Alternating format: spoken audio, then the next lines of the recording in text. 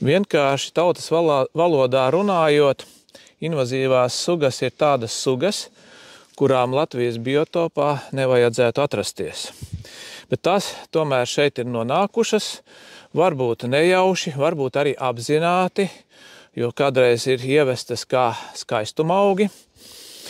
Un ja nekas netiks darīts, šīs sugas savairosies un radīs problēmas un izspiedīs vietējās sugas, līdz ar to samazinot mūsu Latvijas biotopu daudzveidību.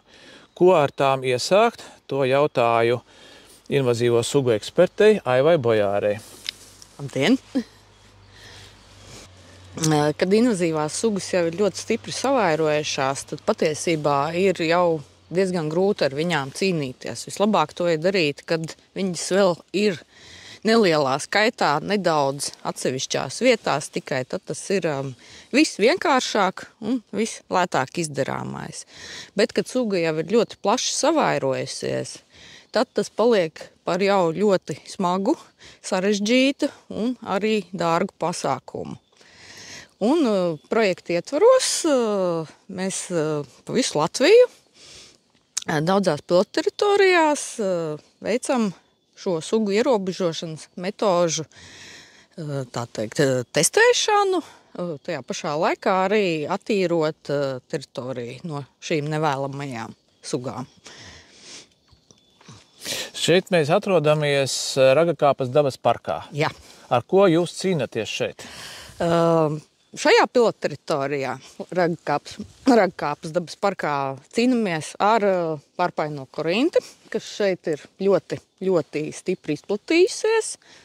Un mēs 32 hektāru platībā mēģinām, tā teikt, ierobežot viņas tālāko izplatību un attīrīt teritoriju tā, lai mežs, šie saulainie gaišie kāpu meži izskatītos tādi, kādi viņiem jāizskatās pirms ienāca korinte.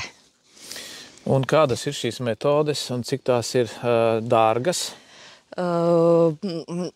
Par, teiksim, izmaksām vēl ir grūti spriest, jo darbi ir tikai, pirmais gads pagājis, kad darbi ir uzsākti. Un metodes ir vairākas, ko mēs testējam šeit. Un viena no tām ir krūmu izraušana ar mazgabarītu traktoru tehniku. Tas ir līdzenajās vietās, kur nav kāpas. Un, ja krūmu puduri lielie aug uz kāpām, kāpu nogāzēm, tad tur vienkārši tiek ar trosēm viņi tā kā, izvilkti. Un vietās, kur, teiksim, ir diškoki vai potenciālie diškoki, kas Ragakāpā ir ļoti daudz, un viņu tūmā šīs korintas tiek rautas ar rokām, ar rokas instrumentiem, piepalīdzot ar lāpstām, bet saudzīgi tā, lai šīs dabas vērtības netiktu kaut kādā veidā ietekmētas un bojātas. Otra metode ir, ko mēs testēsim, ir krūmu intensīva trimerēšana, jo ir zināms, ka korintas pēc nogriešanas, nozāģēšanas viņas strauji ataug un vēl lielākā daudzumā.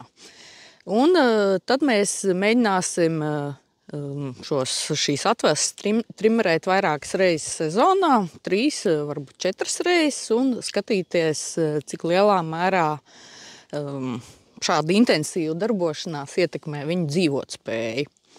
Un trešā metode, ko mēs arī izmēģinām vietās, kur to ir atļauts darīt, auga aizsardzības līdzekļi, kad krūmus nogriež, nozāģē un celmiņus apstrādā ar šiem ķīmiskajiem līdzekļiem.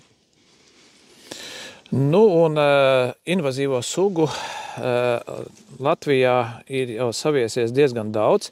Par tām ik viens interesants var uzzināt Dabas aizsardzības pārvaldes izveidotajā vietnē invazivs.lv, un noteikti arī vēlams tur ziņot par atradnēm savā apdzīvotajā teritorijā, pilsētas, ciemata vai savas privātmājas un īpašuma teritorijā.